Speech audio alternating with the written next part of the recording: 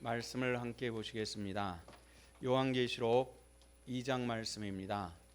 요한계시록 2장 1절부터 7절까지 함께 교독하여서 말씀을 보시겠습니다.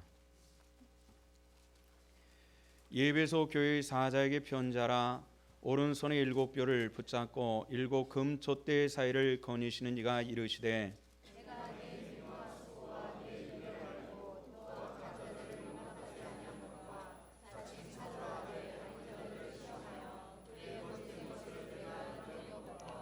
또 내가 참고 내 이름을 위하여 견디고 게으르지 아니한 것을 아노라.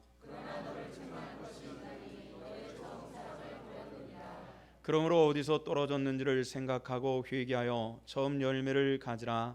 만일 그리하지 아니하고 회개하지 아니하면 내가 내게 가서 내 촛대를 그 자리에서 옮기리라.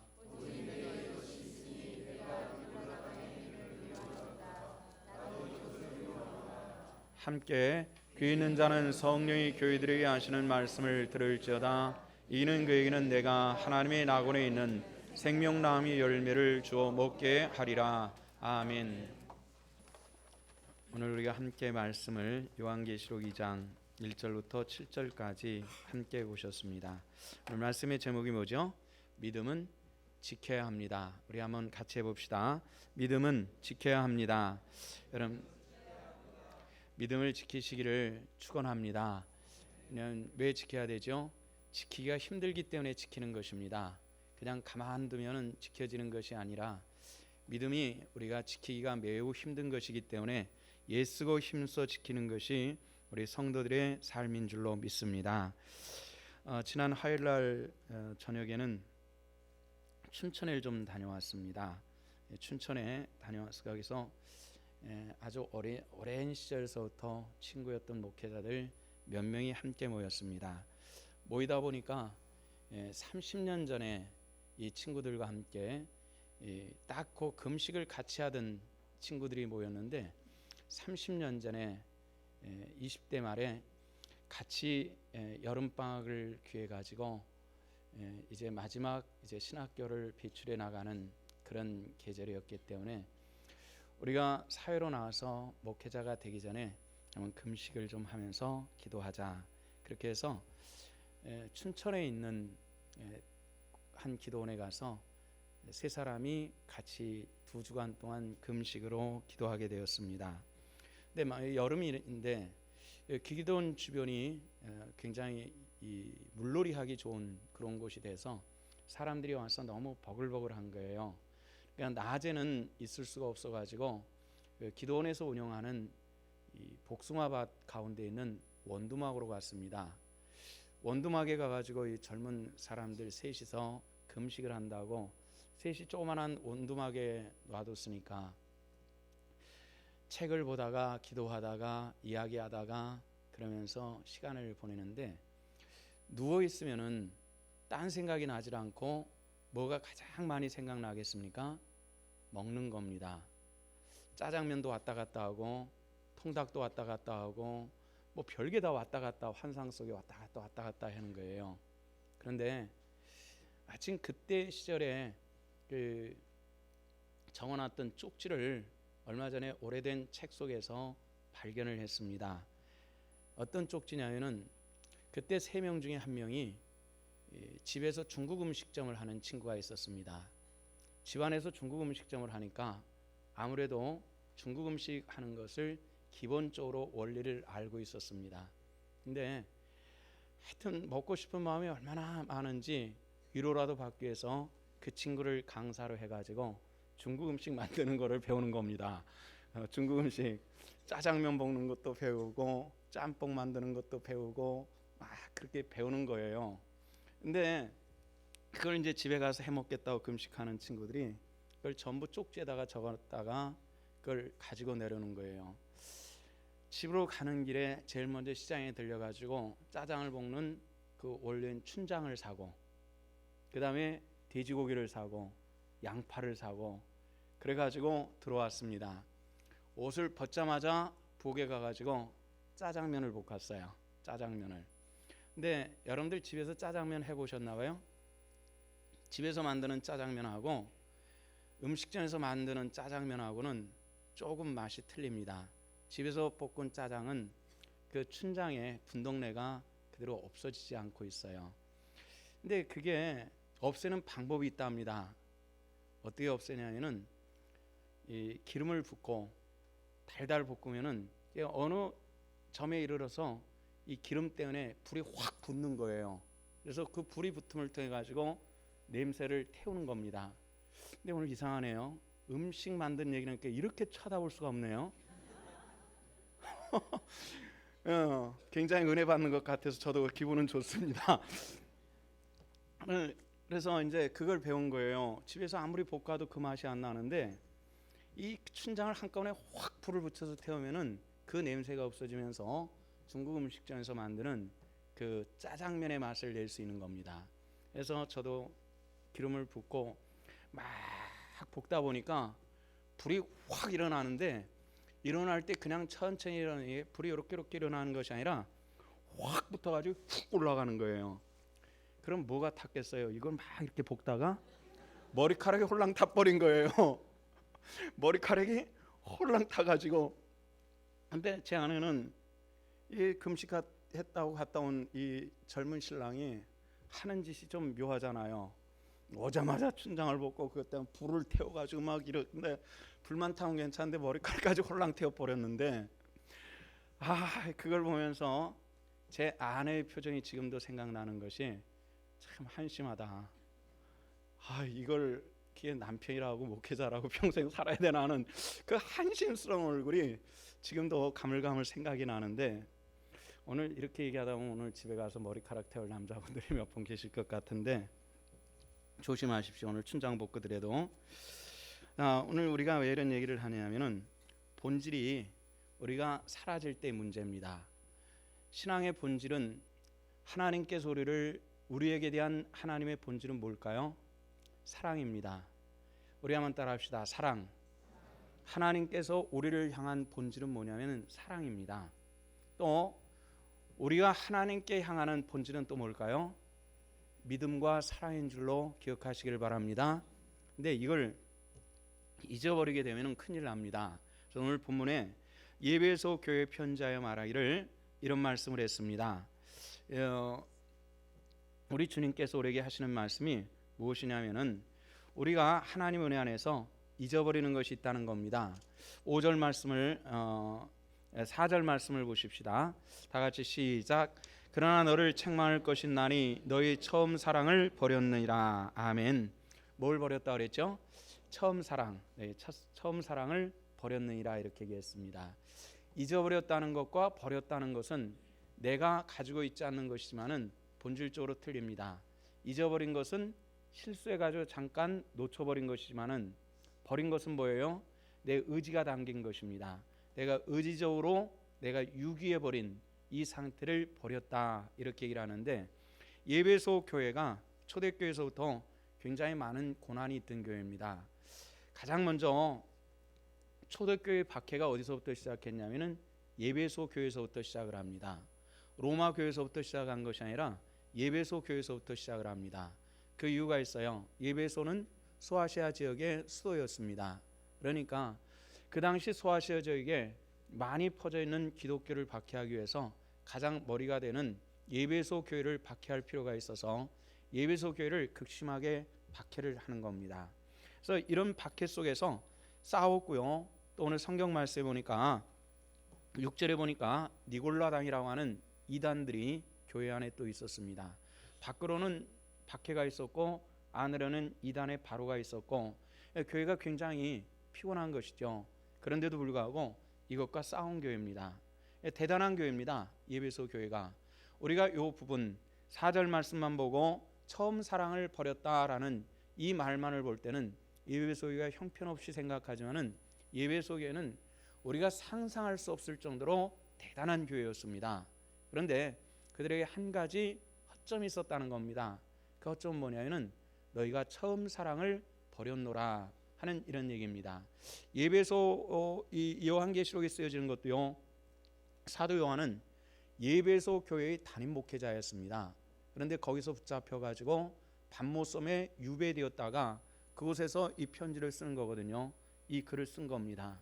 그러니까 예배소 교회의 성향이 어떤 교회라는 것은 우리가 짐작할 만한 그런 교회입니다.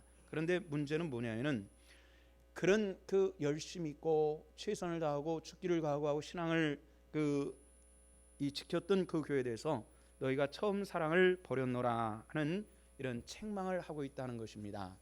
이런 걸 볼 때에 과연 오늘날 우리 주님께서 우리를 바라보시면은 나는 어떤 책망을 받을 것인가라는 것도 우리가 조금 생각할 수 있어야만 합니다.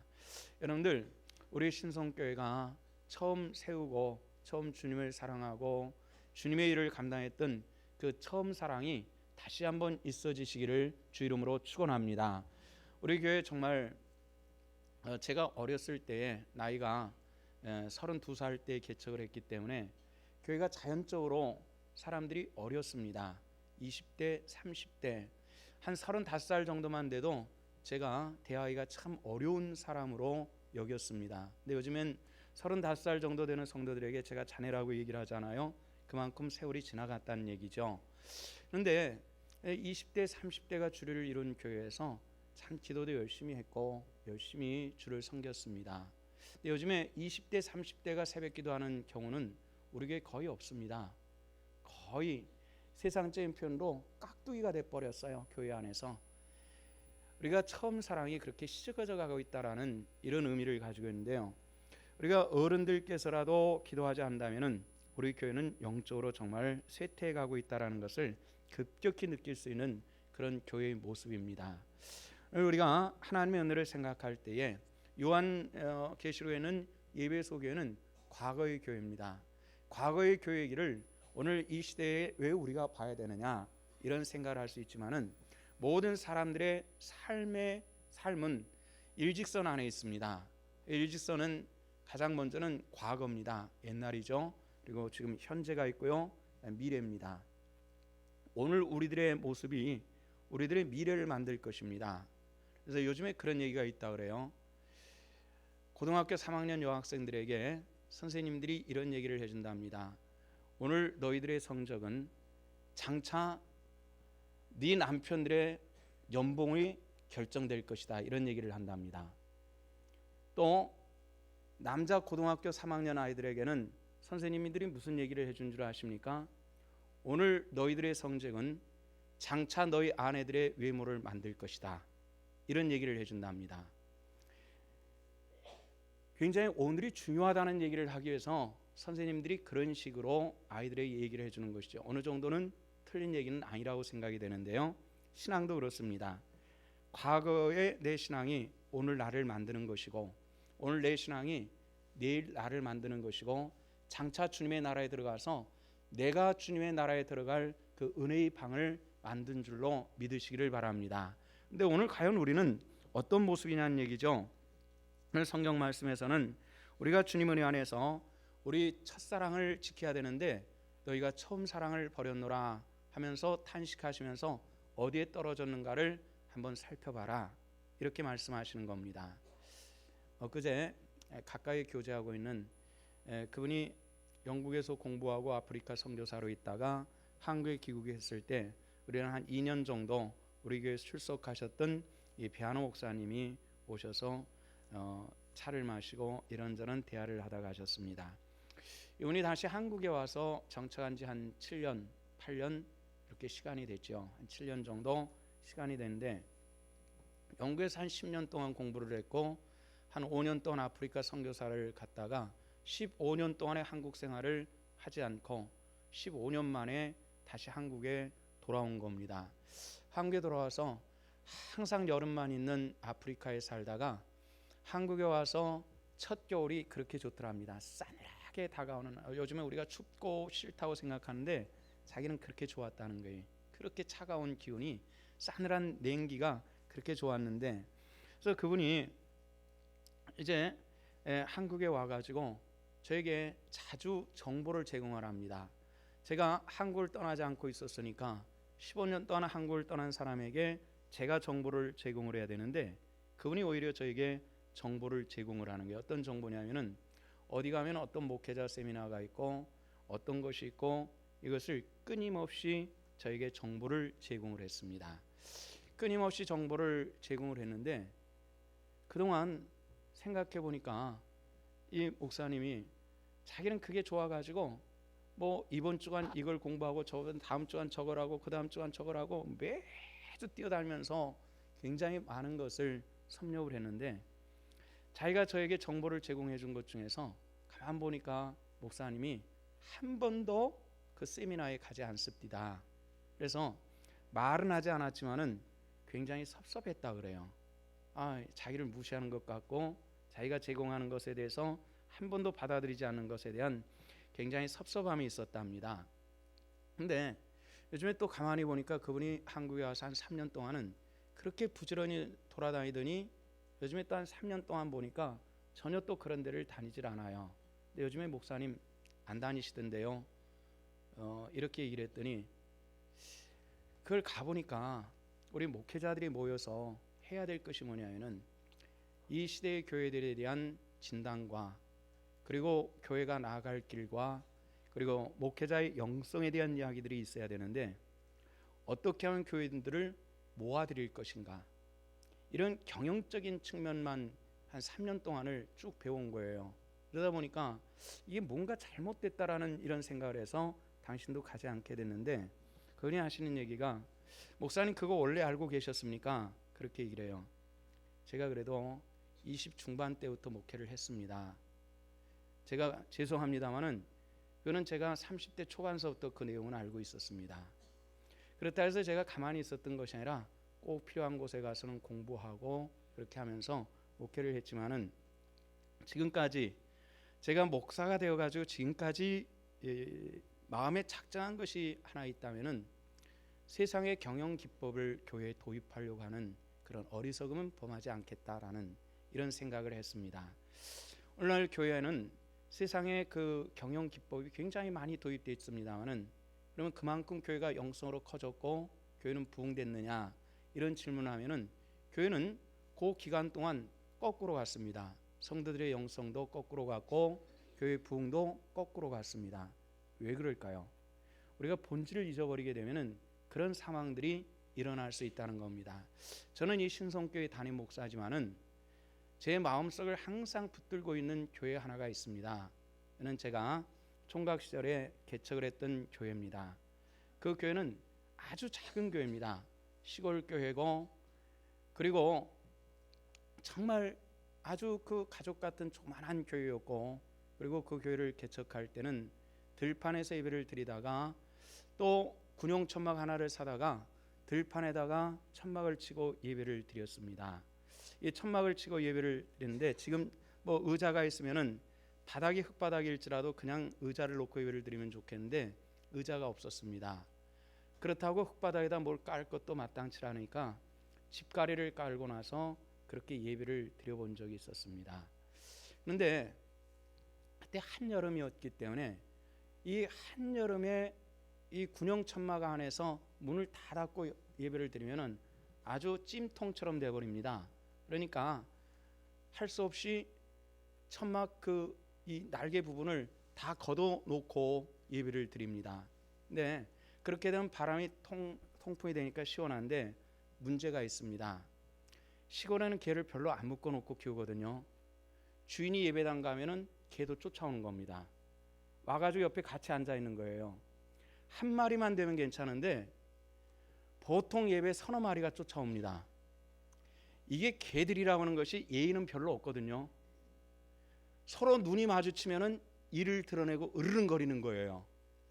거기까지도 괜찮은데 갑자기 싸워버리는 거예요. 예배 시간에 한참 말씀을 전하는데 팍 붙어가지고 깨갱거리고 난장판이 돼버리는 거예요. 그럼 어떻게 합니까? 그 녀석들 내쫓는 것도 보통 일이 아닌데 이런 식으로 예배를 드렸는데 그래도 저는 그 예배당이 굉장히 가슴속에 많이 남습니다. 그 이유는 뭐냐면은 제가 순수했기 때문에 그렇습니다. 제가 순수했기 때문에 그 예배당 그 예배가 굉장히 마음속에 늘 기억이 나고요.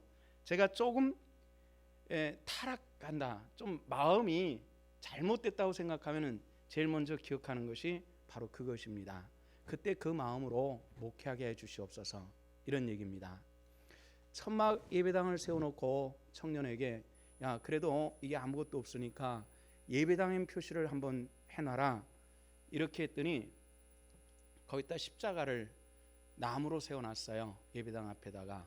그런데 자세히 보니까 뭔가 묻어 있어요. 뭐가 묻어 있나 봤더니 돼지똥이 묻어 있습니다. 야, 왜 이렇게 됐냐고 물어봤더니 마침 자기네 집 돼지 우리를 철거를 했는데 나무 구할 때가 마땅치 않으니까 그걸 갖다 십자가를 세워놨으니까 그만 십자가에 돼지똥이 묻어 있는 그런 모습을 보면서 그 십자가를 닦으면서 울어본 적이 있습니다. 하나님, 돼지똥으로 묻은 이 십자가를 세워놨습니다 하면서 하나님께 울면서 그 십자가를 닦아본 그런 경험을 가지고 있습니다. 그러니까 이런 그런 경험들을 가지고 있으면서 지금 우리가 이 시점만을 가지고 볼 때는 교회가 참 깨끗하고 아름답고 정결합니다마는 정말 그러나 이곳에서 과연 우리가 하나님 은혜 안에서 어떤 모습으로 예배하느냐, 이것은 굉장히 중요한 일들입니다. 예배소 교회가 그 시대에 주님으로부터 책망받은 이유는 무엇일까요? 이것에 대해서 우리가 한번 생각해 볼 필요가 있는데 요한 1서에 보면은 예배소 교회 목회자인 사도 요한이 기록한 요한 1서에 보면은 이런 얘기가 나옵니다. 이것이 아마 예배소 교회 성도들에 대한 이야기일 것이라는 그런 추측을 하고 있는데요. 여기 이런 얘기가 있습니다. 이 세상이나 세상에 있는 것들을 사랑하지 말라. 누구든지 세상을 사랑하면 아버지의 사랑이 그 속에 있지 아니하니 이는 세상에 있는 모든 것이 육신의 정욕과 안목의 정욕과 이생의 자랑이니 다 아버지께로 쫓아온 것이 아니요 세상으로 쫓아온 것이라. 이 세상도 그 정욕도 지나가되 오직 하나님의 뜻을 행하는 이는 영원히 거하느니라. 아멘. 우리가 이 세상에 있는 것들을 사랑하지 말라. 세상에 있는 것들을 사랑하면은 아버지의 사랑이 그 안에 있지 아니하다, 이렇게 말씀을 했습니다. 여러분들, 우리가 진정 주님을 사랑하는데 주님께서는 또 이런 말씀을 했습니다. 사도 요한은 요한복음에서 또 이런 말씀을 했습니다. 하나님이 세상을 이처럼 사랑하사 독생자를 주셨으니, 이런 말씀입니다. 주님께서 사랑하신 것은 세상은 무엇이고 우리가 사랑하지 말아야 될 세상은 뭐냐, 이런 질문을 해봐야 되겠죠. 주님께서 사랑하는 세상은 죄로 말미암아 죽었던 저와 여러분들을 사랑하셔서 아들을 우리에게 허락하여 주신 줄로 믿습니다. 그러면은 우리가 사랑해야 될지 말해야 될 세상은 또 뭘까요? 요한일서 2장 16절에 보면은 이런 말씀이 나옵니다. 육신의 정욕과 안목의 정욕과 이생의 자랑이다. 세 가지를 제시를 해주었습니다. 우리 한번 따라합시다. 육신의 정욕, 안목의 정욕, 이생의 자랑, 이 세 가지를 우리에게 제시를 해주고 있습니다. 굉장히 많겠지만은 우리가 문자적인 제안에 따라서 이 세 가지를 우리가 한번 생각해 보기를 원합니다. 주님께서는 너희 첫사랑이 어디 떨어졌는가 한번 살펴봐라, 찾아라, 이렇게 얘기를 하고 있는데 여기 세 가지를 보면은 다 욕이라고 하는 것이 있습니다. 욕심이죠. 무엇이든지 넘어가는 것은 욕심이라는 겁니다. 내 분수에 넘어가는 모든 것은 욕심인 줄로 믿습니다. 목회도 마찬가지입니다. 제게 맡겨진 그 분수에 넘어가는 그것이 욕심이 될 수밖에 없습니다. 주님의 일을 하는 사람도 내 분수에 넘어가게 될 때는 욕심일 수밖에 없는 것을 알고 내게 주신 은사 안에서, 내게 주신 분수 안에서 그렇게 감당하는 사람이 하나님의 백성으로 승리하게 될 것입니다. 그래서 우리의 신앙인들이 바로 되어져가는 중요한 초점 뭐냐면은 우리가 내 영적인 분수를 좀 알자는 것입니다. 내가 어떤 사람인지 이 분수를 안다면은 주 은혜 안에서는 늘 겸손할 수 있고 하나님의 은혜를 수용할 수 있는 하나님의 능력이 함께 주실 줄로 믿습니다. 오늘 첫 번째 얘기를 보면은 육신의 정욕 얘기를 합니다. 여러분들 이 사람 얘기를 들어본지 모르겠습니다. 지그문트 프로이드라고 하는 사람입니다. 이 프로이드라는 것이 성이죠. 우리가 보통 프로이드라고 알고 있습니다만은 이 지그문트가 그 사람의 이름입니다. 이 프로이드라고 하는 사람은 정신분석학자입니다. 유대인인데요. 굉장히 뛰어난 정신분석학자입니다. 이분이 두 가지를 굉장히 중요시 다룹니다. 하나는 꿈을 다루고요. 하나는 성생활을 다룹니다. 그래서 이 사람은 이 꿈과 성이라고 하는 것을 가지고 모든 사람들의 정신 세계를 분석하는 이런 특징들을 가지고 있고요. 지금까지도 정신 분석학의 고전이 바로 이 지그문트 프로이드라는 사람입니다. 이 사람은 이런 얘기를 합니다. 사람의 정신 세계에 가장 큰 영향을 미치는 것은 성적인 것이다. 이렇게 이야기를 합니다. 그래서 아이들이 얼만큼 만족하느냐 만족하지 않느냐에 따라서 아이들의 성향도 달라질 수밖에 없고, 폭력적인 아이들도 그런 어떤 만족도에 따라서 폭력적인 아이가 될 수 있고, 건강한 정신 세계를 가진 아이가 만들어질 수 있다. 이렇게 이야기를 하죠. 그런데 20세기의 한 심리학자가 그렇게 얘기한 것이 아주 오래전 2000년 전에 예수님께서도 우리에게 굉장히 비슷한 얘기를 해주고 있는데요. 마태복음 24장에 보면은 종말의 때의 얘기를 우리들에게 이런 말씀을 해주시고 있습니다. 마태복음 24장 25장 그 부분은 굉장히 중요한 부분입니다. 그건 뭐냐면은 인류가 마지막 종말의 때에 들어갈 때에 어떤 일들이 일어날 것인가라는 것을 굉장히 상세하게 우리에게 가르쳐 주시는 그런 말씀들이기 때문에 그렇습니다. 그때 보면 이런 얘기가 나옵니다. 노아의 때와 같이 인자의 임함도 그러하리라. 다시 말해서 노아의 때 그 사회의 풍토가 이 땅에 이르질 때 주님의 재림도 그때 일어날 것이다라는 이런 말씀입니다. 근데 노아의 때가 어땠냐면은 성경이 이렇게 말씀을 해주시고 있습니다. 홍수전에 노아가 방주에 들어가는 날까지 사람들이 먹고 마시고 장가들고 씩하고 있으면서 홍수가 나서 다 저희를 멸하기까지 그들은 깨달지 못하였다. 이렇게 얘기를 합니다. 먹는 것 죄입니까? 마시는 것 죄입니까? 씩하고 장가가는 것 죄입니까? 아니거든요. 그런데 이것은 뭘 얘기하냐면은 사람들이 지극히 본능적으로만 살아왔다, 이런 얘기입니다. 성적인 본능을 따라서, 욕구에 따라서 지극히 욕구적인 것만을 가지고 산 그런 시대를 이야기를 하는 겁니다. 요즘에는 사람들의 정신세계도 굉장히 발달했습니다. 물질, 문화, 문명들이 엄청나게 발달한 그런 세대지만은 반대로 인간의 욕구, 기본적인 그런 이런 욕구들이 굉장히 발달해 있는 그런 시대에 살고 있습니다. 저는 목사님 중에 이런 분을 알고 있습니다.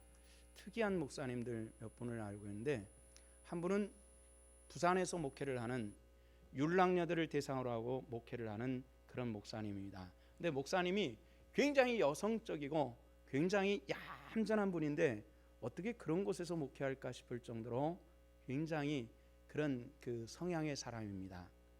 근데 그 목사님 목표가 뭐냐면은 이 율랑녀, 그러니까 교인들이 전부 율랑녀로만 만들어진 그런 교회입니다.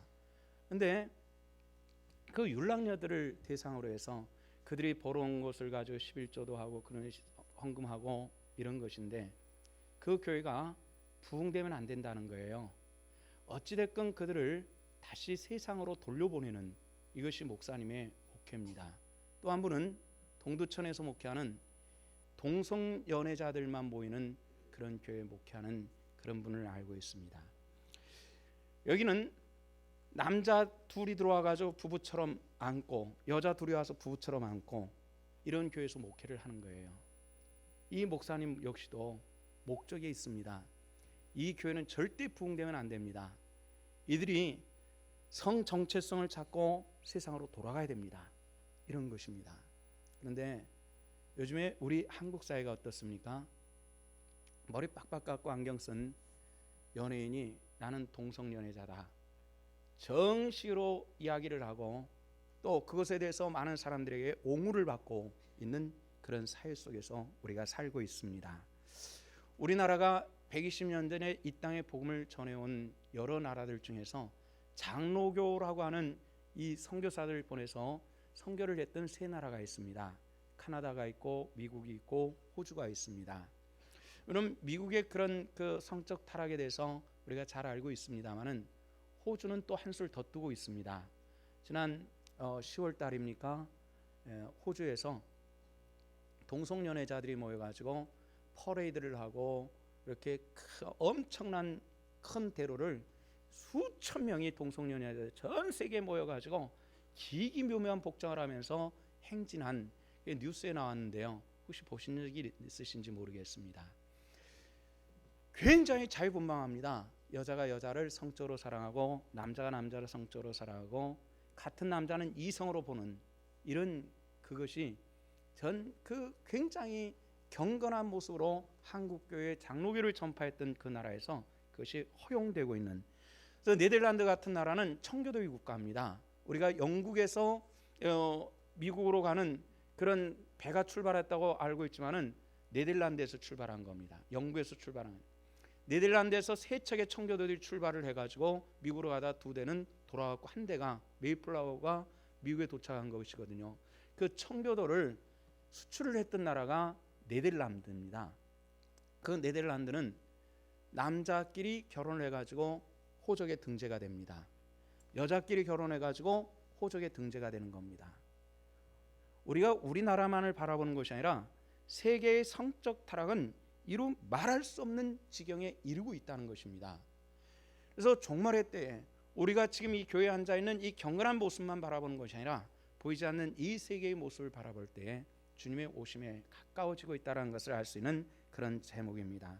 저는 이 교회를 개척해서 쭉 목회를 하면서 이 교회에서 태어나가지고 자란 아이들을 바라보는 것도 참 즐겁고 재밌는 일들입니다. 아이들이 성장하고 자라가는 이 모습들을 보면은 참 내 자식 같고 또 요즘에 태어난 아이들은 손자 같고 그런 마음이 정말로 있습니다. 아이들이 이렇게 쭉 태어나면서 어렸을 때부터 안아주고 뽀뽀도 하고 뭐 이렇게 성장을 하는데요. 초등학교, 중학교 정도 아이들이 들어가면은 그래도 저는 생각 없이 이렇게 덥석덥석 안고 막 이렇게 하는데 그랬다가는 집에 가가지고 제 아내가 꼭 한 번씩 태클을 겁니다. 여보 그렇게 하면 안 돼. 왜 자식 같고 손자 같은데 왜 안 되냐? 그러면 요즘에 하물며 애들이 남자가 손만 대면 제 아버지도 성추행했다고 하는 시절인데 목사님이 그렇게 했다 그러면 그건 어떻게 할 거냐? 하지 마라. 저 요즘에 제가 아이들을 안아본 지가 참 오래됐습니다. 아주 조그만 아이들만 안아보죠. 예, 시대가 그렇게 참 어려운 시대에 우리가 살고 있다는 겁니다. 부모들이 그렇게 가르칠 수밖에 없고 이게 나쁘다고 좋다라는 이걸 떠나서 세태가 그렇게 많이 달라지고 있다는 겁니다. 성도 여러분들 이 시대에 깨어 있기를 주 이름으로 축원합니다. 이것은 굉장히 위험한 시대에 우리가 살고 있기 때문에 그렇습니다. 이런 시대에 과연 우리는 어떤 모습으로 살아야 되는지. 우리 한국 사회는 방문하고 굉장히 많이 발달했죠. 우리나라는 바깥과 안을 소통하는 공간이 사랑방이었기 때문에 그런지 몰라도 방문하고 굉장히 발달했습니다. 뭐 비디오방, 뭐 노래방 이렇게 나가더니 나중에는 뭐 키스방, 뭐 소주방, 방방방방 해가지고 굉장히 많은 방들인데 어느 방 하나라도 정상적인 방은 없다라는 것을 우리는 아마 잘 알고 있을 겁니다. 시대가 그렇다는 겁니다. 성도님들 이 시대일수록 피곤하다 하지 마시고 깨어있고 기도하시기를 주 이름으로 축원합니다. 남자분들이 새벽기도 힘드시다면 금요일 날에도 오십시오. 그리고 기도하는 훈련을 쌓도록 하십시오. 그때 주님을 만나게 될 것이고 내 삶을 지키시는 하나님의 능력과 권능이 주의 권속들에게 함께해 주실 줄로 믿습니다. 두 번째는 안목의 정욕입니다. 오늘 성경 말씀에서는 우리에게 이런 말씀을 해주십니다. 누가복음 12장 말씀 보니까 주님께서 말씀하십니다. 상가 모든 탐심을 물리치라. 세상의 생명은 그 소유의 넉넉한 데 있지 아니하니라. 탐심을 물리치라. 세상의 생명이 그 소유의 넉넉한 데 있지 않다. 주님의 말씀입니다. 여기 생명이라는 말을 성경에서는 조회라는 말을 사용을 했습니다. 이 조회라는 말이 영어에서 차입을 해가지고 어떻게 바뀌는 조이라는 말로 바뀝니다. 기쁨이라는 말입니다. 너희 기쁨이 소유의 넉넉한 데 있는 것이 아니다. 이렇게 말씀을 해주시고 있습니다. 연세 많으시고 은퇴한 장로님 이야기가 이런 얘기가 있었습니다. 이 장로님이 당신은 평생을 살면서 한 가지 늘리는 일에 내 인생을 바친 것 같다. 이렇게 말씀하시네. 뭡니까? 그랬더니 그것은 화장실 넓히는 일에 내 삶을 드렸다. 이런 얘기를 했습니다. 이 장로님이 우리가 요즘에는 우리나라 화장실 문화가 세계 최고입니다. 어느 나라 가도 우리나라 화장실 같은 것을 찾아볼 수는 잘한다 하면 똥찌개도 지고 뛰어가는 식으로요. 너무 잘해놨어요. 요즘에는 뭐 화장실에 가서 떨어진 밥풀도 주워 먹을 정도로 깨끗하게 해놨는데 나쁘다는 얘기는 아닙니다. 근데 예전에는 우리 화장실은 뒷칸이라고 그랬습니다. 집 앞에 있어서는 안 되고 뒤로 돌아가는, 어둑침침한 곳에서 지저분하게 이루 말할 수 없는 그런 곳이었는데, 예전에 서울은 뭐 구로동이라든지 신월동이라든지 뭐 신림동이라든지 가난한 사람들이 사는 동네가 많은 이런 곳은 한 집에 화장실이 하나가 있는 것이 아니라 한 이 블록 안에 화장실이 하나씩 있었습니다. 그러다 보니까 아침만 되면 이 화장실 때문에 전쟁이 일어났죠. 그러니까 이 장로님도 그런 곳에서 사셔서 마음대로 좀 화장실에 좀 가보고 싶다, 이런 생각을 해서 드디어 꿈을 이뤘습니다. 자가용 화장실이 있는 집, 그거를 하나를 갖게 됐는데, 그것도 문 밖에, 집 밖에 있다 보니까 너무 불편해서 나중에 아파트들이 막 생겨나면서 화장실이 안에 있었으면 좋겠다. 그래서 안에 있는 화장실 들어가서 보니까 이루 말할 수 없이 좋더라는 거죠. 아이들이 커가면서 보니까 이제 화장실 하나 쓰는 것도 서로 민망한 일들이 자꾸 벌어지니까 화장실이 2개 있으면 좋겠다. 쓰고 힘써가지고 화장실 2개 있는 집을 만들다 보니까 완전히 다 늙어버리고 말았습니다. 이런 얘기입니다. 이 인생인 것 같습니다. 화장실 2개 만들고 나니까 아무것도 없는 것이 다 인생은 은퇴할 때가 돼버리고 말더라고요. 이런 얘기입니다. 디모데전서 6장에 보면은 사람에게 자족하는 마음이 있으면은 경건에 큰 이익이 되느니라, 이렇게 말씀을 했습니다. 성도 여러분들, 정말 우리나라 잘 살고 있습니다.